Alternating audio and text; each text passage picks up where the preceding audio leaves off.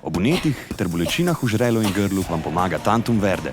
Tantum Verde, bodite v harmoniji. Pred uporabo natančno preverite navodila. O tveganju in neželenih učinkih se posvetujte z zdravnikom ali s farmacevtom.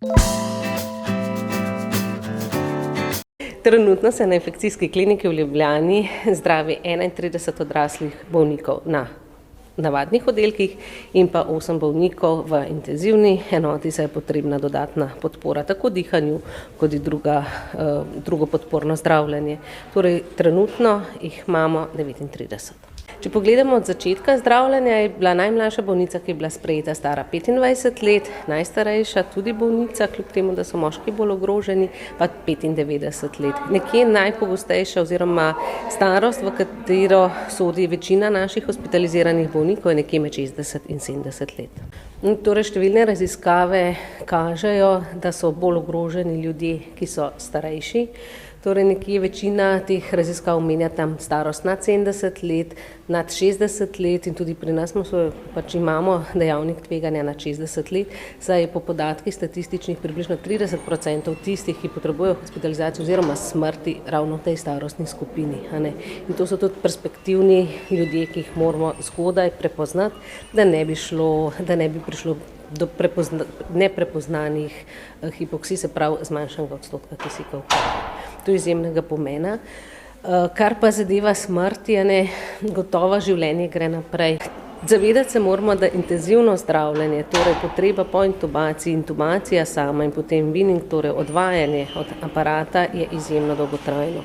To vidimo v vseh preostalih državah, ki so že imele daljši potek, se pravi tako na Kitajskem kot zdaj v Italiji. In to so dolgotrajne hospitalizacije v intenzivah, govoriva tam nekje 3 do 6 tednov.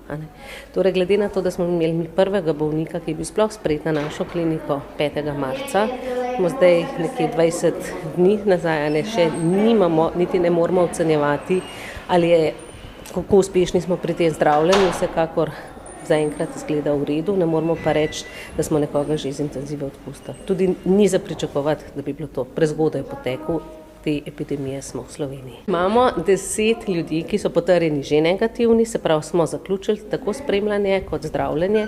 To so bodisi bolniki, ki so bili pri nas zdravljeni in potem odpuščeni, ali pa ljudje, ki smo samo ambulantno vodili. Prav nekje za 10 vemo, da so se normalno vrnili v življenje.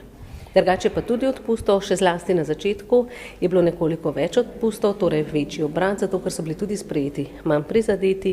Sedaj so taki bolniki doma, jih spremljamo nadaljavo, bodisi po telefonu ali s telemetrijo, medtem ko res sprejemamo take, ki nujno zahtevajo bolnišnico takoj oziroma je v kratkem pričakovati potrebo po kisiku.